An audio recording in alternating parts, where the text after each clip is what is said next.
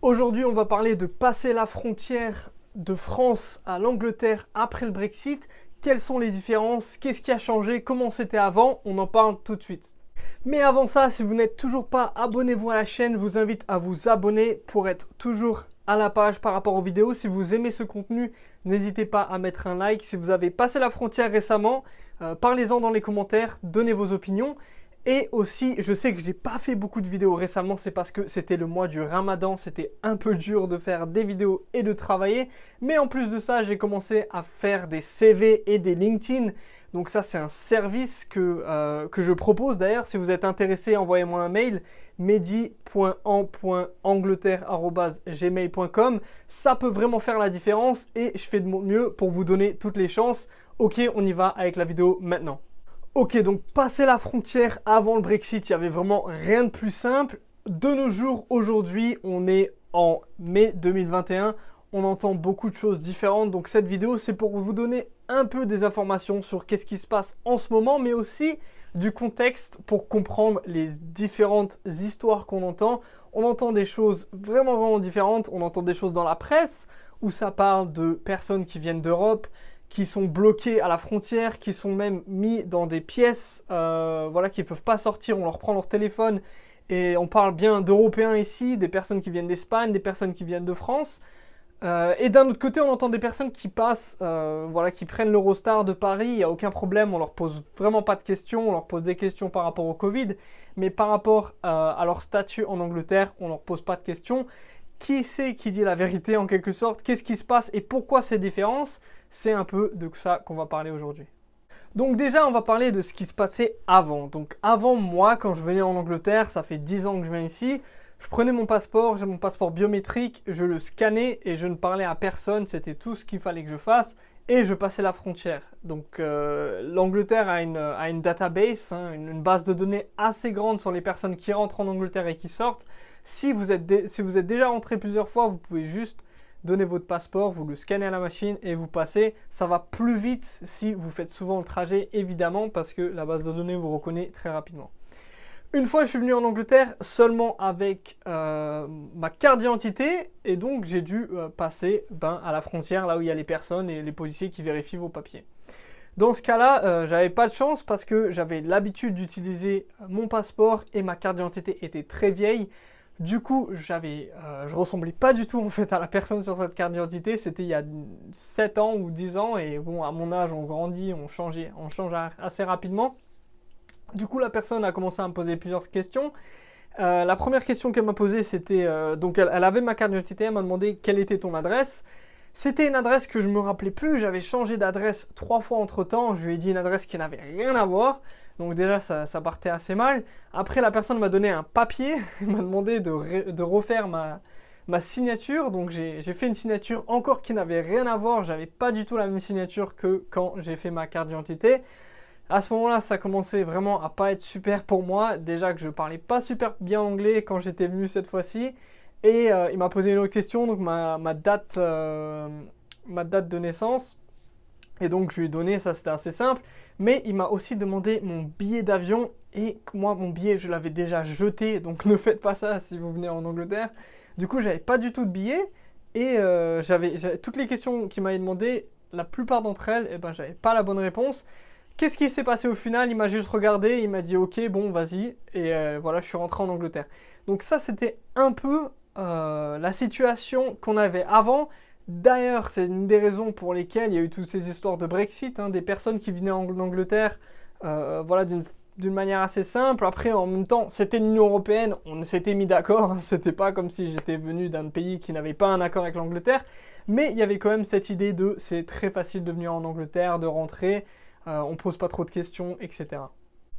Et donc, comme j'ai dit, il y a vraiment deux tendances qui font qu'on est dans cette situation en Angleterre maintenant, où il y a des personnes qui passent assez facilement et il y a des personnes qui passent pas facilement du tout ou qui ont des problèmes. Donc ça vient de deux choses. La première chose, c'est la culture en Angleterre en général. Donc il faut savoir qu'en Angleterre, il y a beaucoup de flexibilité par rapport à ce qu'on vous demande. on vous demande de faire une chose, donc on vous donne un objectif si vous voulez, mais on vous laisse beaucoup de flexibilité par rapport à comment vous le faites. C'est un peu ça dans la culture en Angleterre et ça marche aussi avec les lois et d'ailleurs avec la police. Donc au final, c'est un peu le pays, pour vous donner un autre exemple, où la constitution n'est pas écrite, c'est une constitution traditionnelle, orale si vous voulez, c'est plusieurs textes ensemble, mais il n'y a pas une constitution qu'on prend à la lettre vraiment pour faire les lois ou pour interpréter les lois en Angleterre. Et ça, c'est vraiment quelque chose qu'on retrouve un peu partout. Donc il y a les lois ou si vous voulez, ce qu'on doit faire, et il y a aussi les personnes qui mettent ça en place eux-mêmes sur le sol. Et donc là, l'exemple que je prends, ce serait par rapport justement à ça. Ce serait par rapport à qui c'est qui peut entrer en Angleterre et qu'est-ce qu'on leur demande surtout. En France, on aurait une liste, ok, on vous pose cette question, cette question, cette question. Si vous avez mal répondu ou si vous n'avez pas le papier, vous ne pourrez pas rentrer. En Angleterre, c'est pas comme ça. Ils n'ont pas vraiment un processus qui a été écrit par rapport aux personnes qui viennent après le Brexit en Angleterre. Évidemment, il y a les règles, il y a ce qu'on a décidé avec l'Union européenne, entre l'Union européenne et l'Angleterre, mais les personnes, c'est vraiment eux qui décident un peu les questions qu'ils posent, comment est-ce que ça va se passer, et c'est pour ça, principalement, qu'on entend des personnes qui ont une expérience vraiment, vraiment différente quand ils viennent en Angleterre, c'est parce que c'est un peu au jugement de la personne que vous rencontrez, pas forcément par rapport à votre tête ou quelque chose, mais c'est vraiment cette personne. Qu'est-ce qu'elle pense qu'est-ce qu'elle pense qui est la meilleure façon en fait de juger si une personne devrait rentrer en Angleterre ou pas. Et c'est pour ça que par rapport à cette flexibilité, eh ben, on a des expériences qui varient énormément. La deuxième chose qu'il faut savoir pour bien comprendre pourquoi est-ce qu'on a des expériences différentes quand on passe la frontière en Angleterre après le Brexit, c'est l'aspect politique.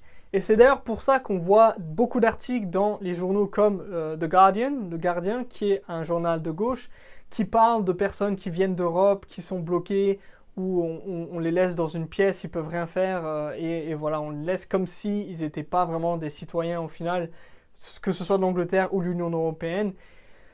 La raison pour laquelle on a cette situation, c'est l'aspect politique qui vient d'ailleurs, qui existait avant le Brexit. Le Brexit, c'est l'événement. Mais pendant plusieurs années, il y a eu cette rhétorique, si vous voulez, d'arrêter un peu l'immigration vers l'Angleterre. Cette rhétorique, évidemment, qui vient de droite, qui, même si l'Angleterre, c'est un pays voilà, très, très compréhensif, etc., c'est quand même un pays qui voulait arrêter l'immigration. Et c'est quand même un sujet où la droite avait beaucoup, beaucoup de support. Et c'est pour ça que Theresa May, qui était la première ministre avant Boris Johnson de maintenant, c'est elle qui avait commencé à mettre en place ce qu'elle appelait l'environnement hostile, en anglais « the hostile environment », pour, si vous voulez, encourager en quelque sorte le racisme et la xénophobie pour que les personnes arrêtent de venir en Angleterre et même qu'elles ne trouvent pas de travail ou qu'elles pensent que voilà, ce n'est pas un endroit qui est vraiment qui les accueille ou alors qu'ils pourront faire leur vie. C'est un peu comme en France d'ailleurs, où les personnes qui viennent de certains pays se disent non, je ne vais pas venir en France parce qu'il y aura du racisme, j'aurai du mal à trouver un travail.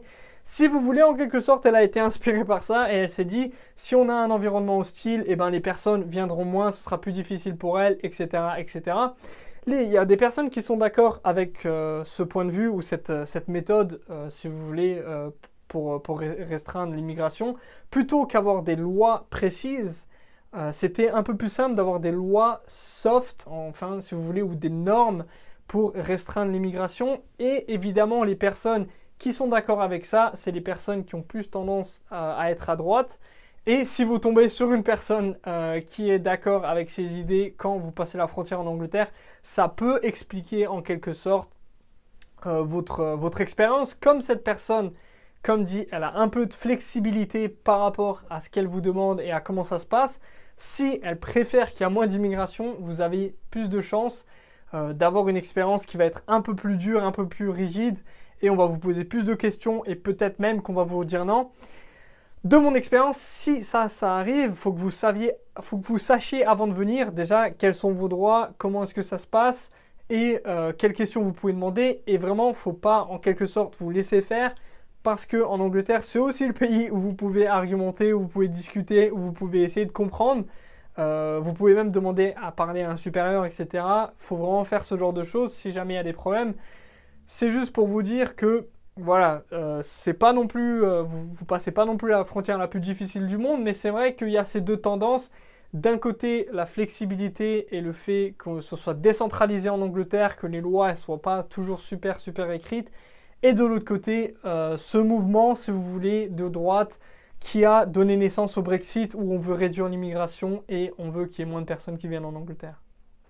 Donc évidemment, vous ajoutez aussi à ça le Covid en ce moment qui rend les choses un peu plus délicates. Il y a des questions dans ce cas-là qui sont standardisées. Donc voilà, on vous demande si vous avez, pour quelles raisons vous venez, etc. Et vous devez avoir les tests, il n'y a pas à discuter sur ça. Mais c'était juste pour parler de votre expérience, à quoi est-ce que vous pouvez vous attendre et comment est-ce que ça a changé par rapport à avant. Pour l'instant, pour vous dire, on n'a pas non plus tellement d'informations. On a ces articles, on a des personnes qui traversent la frontière tous les jours, qui nous en parlent sur Facebook, etc. Mais ça n'a rien à voir avec avant parce qu'il y a eu le Covid, évidemment, quasiment en même temps que le Brexit. Donc ça fait qu'on n'a pas vraiment toutes les infos et aussi il faudrait attendre un peu plus de temps pour voir comment ça se passe. En attendant, comme j'ai dit, on a ces retours d'expérience, des fois qui sont assez mauvais, des fois qui sont normaux. N'ayez pas trop peur si vous allez passer la frontière, normalement il n'y aurait pas de souci si tout est en ordre, mais c'était juste pour vous donner une idée, pour comprendre un peu la situation et avoir des méthodes d'analyse pour comprendre ce qui se passe en fait par rapport à la frontière en Angleterre après le Brexit.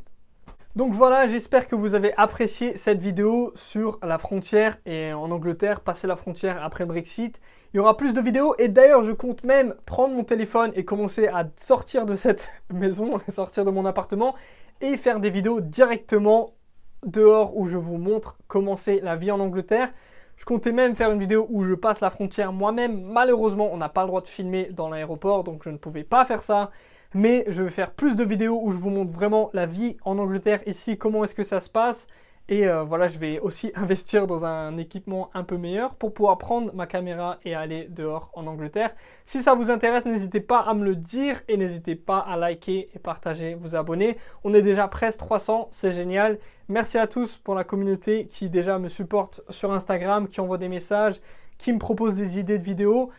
Continuez, c'est génial et j'espère qu'en attendant, je vous souhaite tout le succès possible dans vos projets. Si vous comptez vous expatrier ou non, peu importe. Si vous comptez vous expatrier, n'oubliez pas, j'ai ce service où je vous aide avec votre CV. Ça peut vraiment faire la différence. Et voilà, si vous avez comme projet de venir ici, si vous êtes déjà ici, ça fait plusieurs années, il y a des personnes qui essayaient de passer le cap par rapport à leur carrière, de monter d'un niveau. On a travaillé là-dessus. N'hésitez pas, envoyez-moi un mail, la description avec vraiment votre projet, qu'est-ce que vous voulez faire et je vous répondrai avec soit des conseils, soit une proposition où on peut en discuter plus en détail. See you!